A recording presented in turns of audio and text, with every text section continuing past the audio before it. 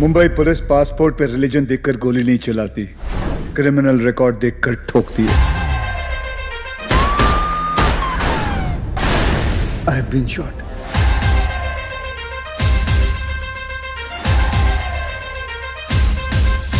सूर्यवंशी में क्या सुनाई देगा आइला रे आइला 2.0? क्या इस गाने में सिम्बा, राउडी राठौर और सिंघम मस्ती करते हुए दिखाई देंगे? इस गाने को गाने वाले दलेर मेहंदी के बारे में क्या है वो खास बातें जो आप नहीं जानते होंगे? हेलो फ्रेंड्स, आप देख रहे हैं बॉलीवुड स्टूडियोज। मैं हूं सोनिका जाल। सूर्यवंशी का तो सभी को इंतजार है, लेकिन इस फिल्म में जो 2 गाने रिक्रिएट होने वाले हैं उनका भी फैंस में गजब का क्रेज है। एक गाना है टिप टिप बरसा पानी, जिसमें कटरीना और अक्षय कुमार की केमिस्ट्री नजर आएगी, और दूसरा गाना है आइला रे आइला, जिसमें सूर्यवंशी में नजर आने वाले अक्षय कुमार, अजय देवगन और सिम्बा यानी रणवीर सिंह डांस करते हुए, मस्ती करते हुए नजर आ सकते हैं। आइला रे आइला गाने की बात करूं तो ये खट्टा मीठा का सॉन्ग है, जो कि अक्षय कुमार की ही फिल्म है, और इस फिल्म में जब ये गाना आया था लोगों को बहुत ज़्यादा पसंद आया था। और कोई भी डांस पार्टी हो या शादी की पार्टी हो, बर्थडे पार्टी हो, ये गाना ज़रूर बजता है, और जब भी बजता है तो हर कोई थिरकने पर मजबूर हो जाता है। तो अब इसका जो रिक्रिएटेड वर्जन आने वाला है वो भी धमाकेदार होगा, और हो सकता है कि इस बार भी इस गाने को दलेर मेहंदी ही गाए। दलेर मेहंदी की बात करें तो पॉप कल्चर की शुरुआत उन्होंने की थी बॉलीवुड में। उस वक्त पॉप कल्चर इतना फेमस नहीं हुआ करता था, और बॉलीवुड गानों के अलावा लोग कुछ सुनना ही पसंद नहीं करते थे। ऐसे में दलेर मेहंदी एक ऐसे स्टार बनकर आए जिन्होंने सभी को पॉप गानों की आदत दिलाई। आइला रे आइला गाने की बात करें तो ये अक्षय कुमार की खट्टा मीठा फिल्म का गाना है, जिसमें अक्षय कुमार, राजपाल यादव मस्ती करते हुए, डांस करते हुए नजर आए थे। और गजब का गाना ये है, जब भी किसी शादी या डांस पार्टी में बजता है तो हर कोई थिरकने को मजबूर हो जाता है। दलेर मेहंदी ने अपनी आवाज़ दी थी।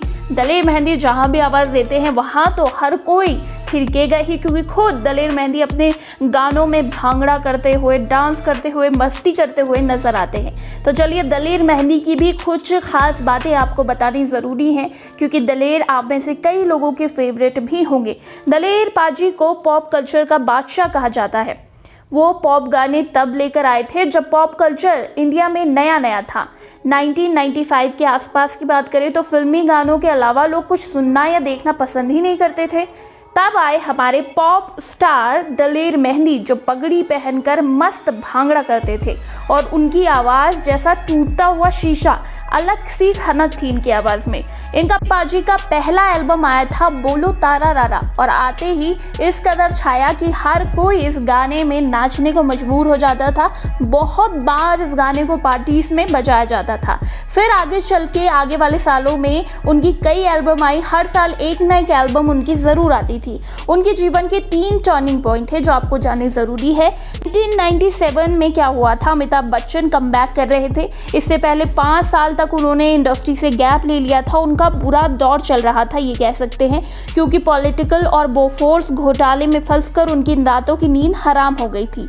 तब ये फिल्म बनाई उनकी company Amitabh Bachchan corporation limited ने। फिल्म पिट गई, लेकिन उनके स्टार ऑफ द मिलेनियम का रास्ता फिर से साफ हो गया, उनका कमबैक हो गया। ये फिल्म पिटी, अमिताभ की कंपनी भी डूबी, लेकिन एक सितारा इस फिल्म से बहुत ज़्यादा चमक उठा, वो था दलेर मेहंदी। कीजिए 1997 का वो टाइम जब शादियों, टेम्पो, पान की दुकानों में सिर्फ अल्ताफ राजा या तो राजा हिंदुस्तानी के गाने बजते थे, लेकिन उनके बीच में अगर ये गाना ना बजता तो मार मच जाती थी। गाना था नन्ना नन्ना ना रे, जो कि दलेर मेहंदी ने गाया था। आपको याद होगा दलेर मेहंदी ने अपना फ्यूचर इसी गाने से साधा था।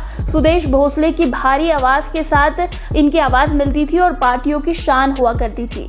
लेकिन ज़िंदगी के सबसे बड़े संकट में दलेर फंसे। 2003 में हुआ ये था कि बख्शी सिंह ने इनके खिलाफ FIR दर्ज करा दी और कहा कि दलेर ने उनसे पैसे लिए, उनको विदेश भेजने का वादा किया, लेकिन पैसे चट कर गए और विदेश भी नहीं भेजा। तब इनके ऊपर केस चल गया कबूतरबाजी का। आरोप था कि दलेर मेहंदी ने लोगों से कई सारे पैसे लिए, अपने भाई के साथ मिलकर 10 लोगों को गैर कानूनी तरीके से विदेश ले गए, उनको अरेस्ट कर लिया गया। फिर कस्टडी में जो हुआ उसका दुख और दर्द दलेर मेहंदी ने अपने एक इमोशनल भरे इंटरव्यू में बताया। दलेर ने बताया कि पुलिस वाले उनकी पैंट उतारते थे, उन्हें दीवार में खड़ा करते थे, सारे कपड़े उतार देते थे और कहते थे गाना गाओ, और साथ ही उनसे ये भी कहा जाता था कि इन्होंने अपने तबले में पासपोर्ट छुपा रखे हैं। कितनी प्रताड़ना उन्हें दी जाती थी, इस बारे में दलेर मेहंदी ने इस इंटरव्यू के दौरान बताया था। कुछ अच्छा हुआ उनके साथ, कुछ बुरा हुआ, लेकिन उनकी चमक कभी ख़त्म नहीं हुई और लगातार वो एक से बड़े एक हिट देते रहे। उसमें से ही एक हिट था आइला रे आइला, जिसका रिक्रिएशन सूर्यवंशी में दिखाया जाएगा और हो सकता है कि दलेर मेहंदी ही इस गाने को गाए, क्योंकि दलेर मेहंदी ही इंसाफ कर सकते हैं इस गाने के साथ। वैसे आपको इस बारे में क्या लगता है और सूर्यवंशी में इस गाने को सुनने का दोबारा कितना इंतज़ार है, हमें नीचे कमेंट सेक्शन में ज़रूर बताइएगा। और इसी तरह के दूसरे बॉलीवुड अपडेट्स के लिए सब्सक्राइब करें हमारे चैनल बॉलीग्राफ स्टूडियोज़ को।